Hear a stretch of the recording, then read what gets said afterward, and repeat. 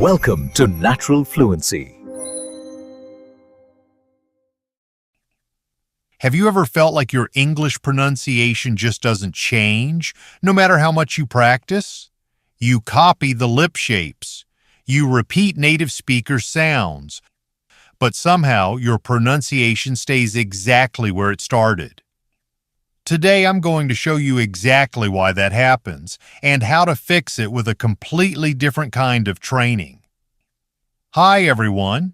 In the earlier sessions we covered two foundations: how to receive English and how to move it through the body.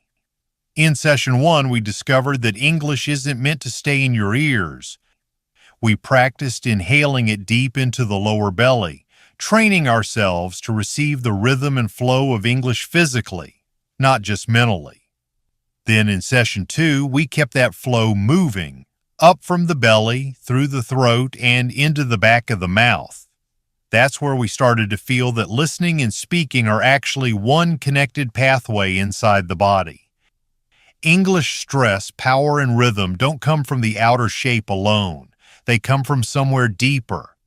Three forces working together: the push of the breath, the pressure of the air, and the positioning of the back of the tongue and throat. When all three align, you get a sound that truly feels like English. This is especially important because English is a stress-timed language. Unlike syllable-timed languages, where every syllable gets roughly equal force, English puts heavy stress on key syllables and lets the rest shrink and rush past. So if you want your pronunciation to actually sound natural, copying the sound isn't enough.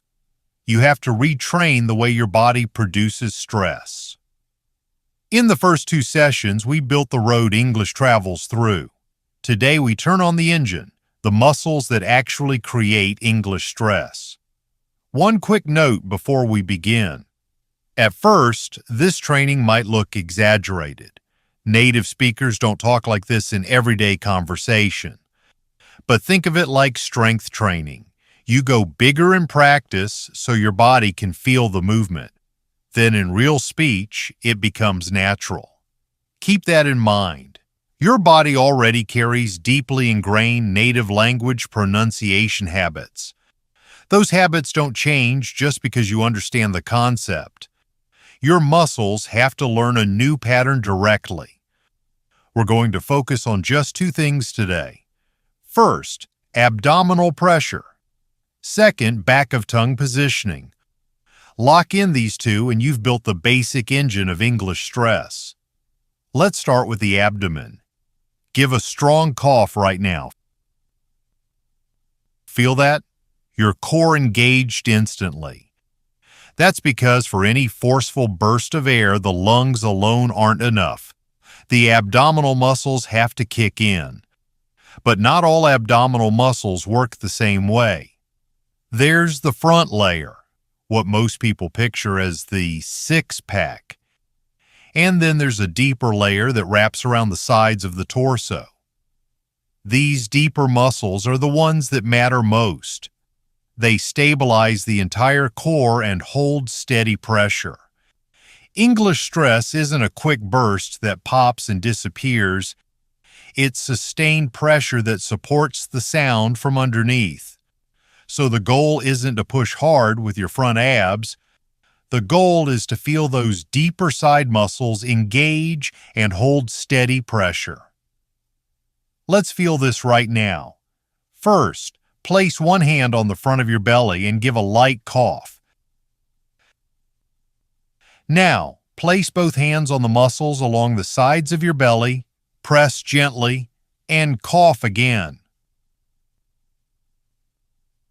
That second cough probably felt deeper and stronger, and that difference is exactly what we're after. Obviously, you won't actually cough when you speak English, but that deep pressure you just felt, that needs to sit underneath every stressed syllable. That's what gives the sound its stability and force. Let's sharpen that feeling. Drop your jaw slightly, leave about a finger's width between your teeth. Place both hands lightly on your sides. Now inhale through your nose and hold. Can you feel something tightening deep along the sides of your torso? If it feels unfamiliar, good. These are muscles most people rarely use on purpose. That's engine number 1, abdominal pressure. Now let's build engine number 2, back of tongue positioning. When most people study pronunciation, they focus on the tip of the tongue. And that makes sense. The tongue tip does matter. But here's the problem.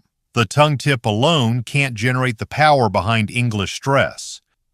That power comes from farther back. Let's feel it directly. Place your fingers lightly on the front of your throat and swallow. Feel how the back of the tongue lifts and the throat tightens along with it? That movement is the second key to English stress.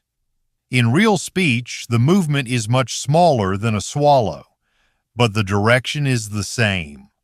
When the back of the tongue lifts slightly and the throat firms up with it, you produce a sound that's noticeably stronger and more grounded. Now, you obviously can't block the air completely, otherwise no sound comes out.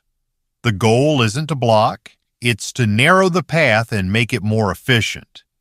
Here's the key technique. Place the tip of your tongue lightly behind your lower front teeth.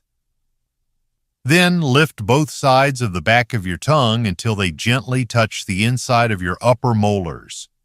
Don't press hard. Light contact is enough. When you do this, the center of the tongue dips slightly and the airflow becomes more focused and channeled. Try this. Hold your palm in front of your mouth. First, just relax your tongue, round your lips slightly, and blow "hoo." Now, set your tongue. Tip behind the lower teeth, both sides of the back lifted, and blow again. "Hoo." Feel the difference. The second one is tighter, more focused. That's the whole point. You're not pushing out more air. You're creating a more efficient pathway. And that is exactly how English stress works. So let me put it simply. The key to English pronunciation isn't blowing harder. It's supporting the sound with deep abdominal pressure while shaping the air path with the back of the tongue. Now let's connect both engines. Start with the abdominal setup. Hands on your sides, jaw dropped about a finger's width between your teeth. Now add the tongue setting. Put the tongue tip behind the lower front teeth and lift both sides of the back of the tongue gently upward. Then inhale through your nose. From this position, feel the deep pressure in the sides of the abdomen. Keep the tongue setting and slowly let the air out. This will probably feel completely unnatural at first. That's fine. We're not trying to have a conversation right now. We're programming a new muscle pattern. And now, from this position, you can begin adding simple sounds. From the ready position, as the sound begins, the side edges of the back of the tongue briefly press against the inside of the upper molars. Then, as that pressure is released and the tongue drops slightly, the sound comes out. Let's start with short vowel sounds. Ah, a, e, o. O. Do not say them evenly like separate syllables. Make them short and firm like one beat each. First, try them with no tongue setup, then try them again while lifting both sides of the back of the tongue.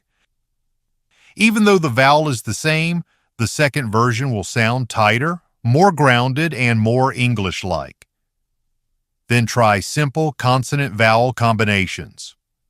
Ga, ma, fi, day.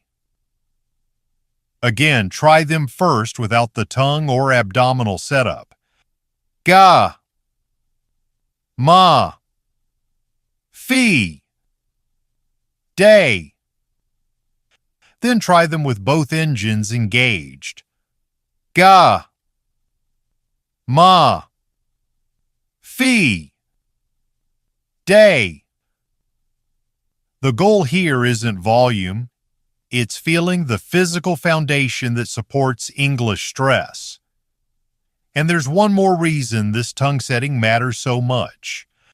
When both sides of the back of the tongue are firmly anchored against the upper molars, that contact point works like a hinge on a door.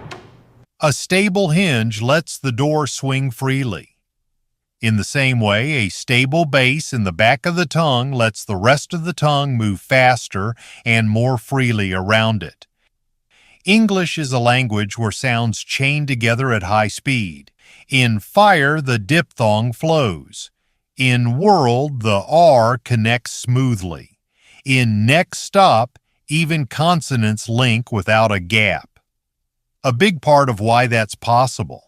The back of the tongue has a stable base. So this tongue positioning doesn't just make your pronunciation stronger, it also helps your sounds connect faster, more smoothly, and more naturally.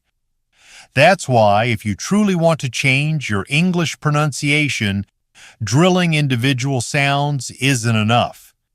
You have to train the body behind those sounds, the pressure, the air path, the stable base. Now you can see how this series fits together. Session 1.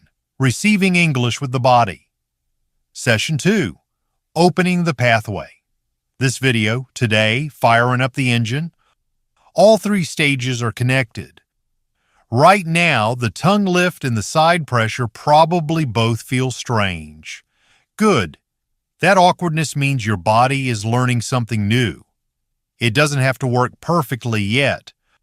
What matters is that you know what to feel and where to feel it. Here's the takeaway. English is a stress-timed language, so if you want English-like pronunciation, copying mouth shapes alone isn't enough. You need two things working together: deep abdominal pressure and back of tongue positioning. The abdomen creates the pressure that supports stress. The back of the tongue makes the air path narrower and more efficient. And when these two work together, the strength, rhythm, and connected flow of English become much more natural. You don't need to get this perfect right now. What matters is that today you've seen English pronunciation isn't just about mouth shape. It's about the abdomen, the back of the tongue, really the whole body.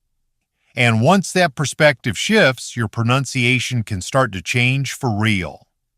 In the next video, we'll build on today's abdominal pressure and tongue setting and move on to English vowels. If you started to feel the difference today, it's only going to get clearer from here. If this changed the way you think about pronunciation, hit like and subscribe so you don't miss the next session. Thank you for watching.